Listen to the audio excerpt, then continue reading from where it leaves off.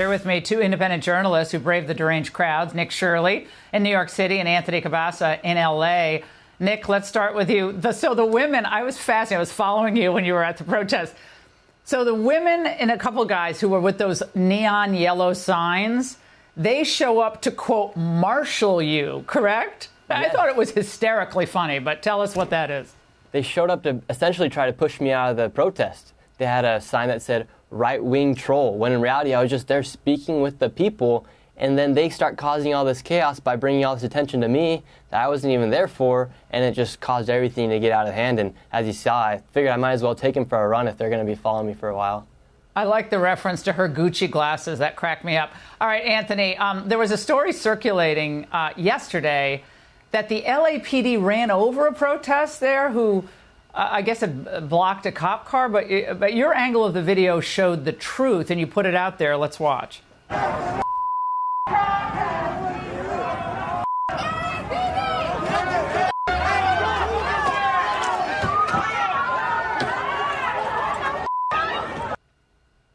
So the big hullabaloo online was that this was just cops willy-nilly running people over for the fun of it.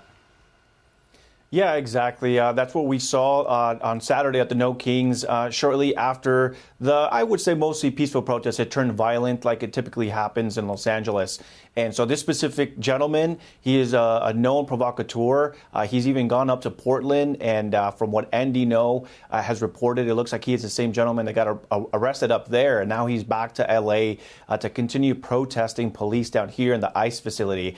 I noticed that on Saturday and Sunday it was trending that LAPD had plowed through the crowd. And I said, well, wait a minute, I was there. What really happened? So I went back to my footage and I caught this point of view that clearly shows he was not ran over. And so it quickly debunked that story.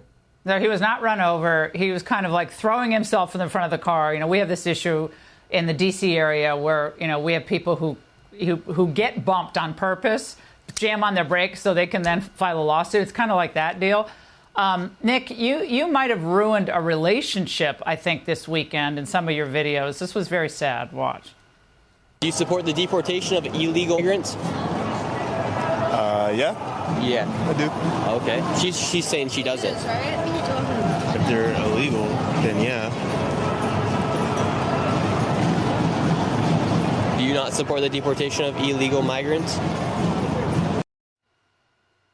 Do we know how that date ended, Nick? I'm pretty sure bro figured out he was a Republican, and now the relationship's probably over.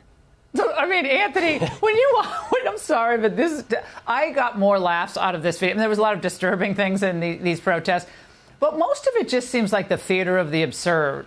It's early Halloween. It's a bad high school theater production. They have wardrobe departments. You know, you're the frog. You're the baby Trump. You're going to have the Trump piñata. But it all seems very repetitive. It's the same people at the protests every single time. Am I reading that wrong, or does this seem very performative to you? No, I think you're right. I've seen a lot of I've been covering the LA protests, going back all the way to the George Floyd protests and riots that happened out here. And I've been seeing a lot of the same usual suspects. It's usually the Democratic Socialists of America, the Party of Socialism and Liberation. And even this Saturday, I witnessed SEIU, which I believe they're the largest union in the nation, if not the second largest. They had tents out there, and they were recruiting people to the Party of Socialism and Liberation and the Democratic Socialists of America. So I posted that on my socials that they were recruiting the youth.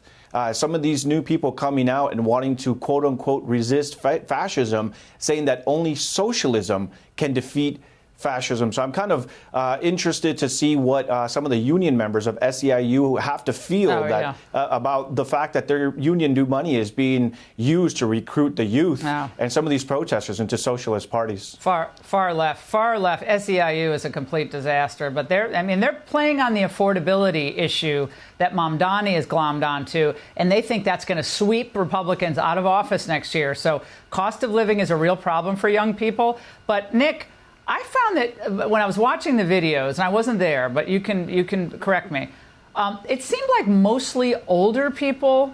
There were some young people, obviously. You interviewed a few of them. But It seemed like a lot of old geezer types who just were wishing they had been alive during Woodstock and missed the Vietnam era, but now this is, their moment in the sun. Yeah, a lot of these people, there are a lot of old individuals out there, and you see them in the subway going to the protest. They're all amped up to go to these protests, and because they literally think Trump's a king, and they think they're about to save the country. And so you have all these old people just ramped up. Well, it's the most exercise a lot of them gotten for a while, so I think that's good.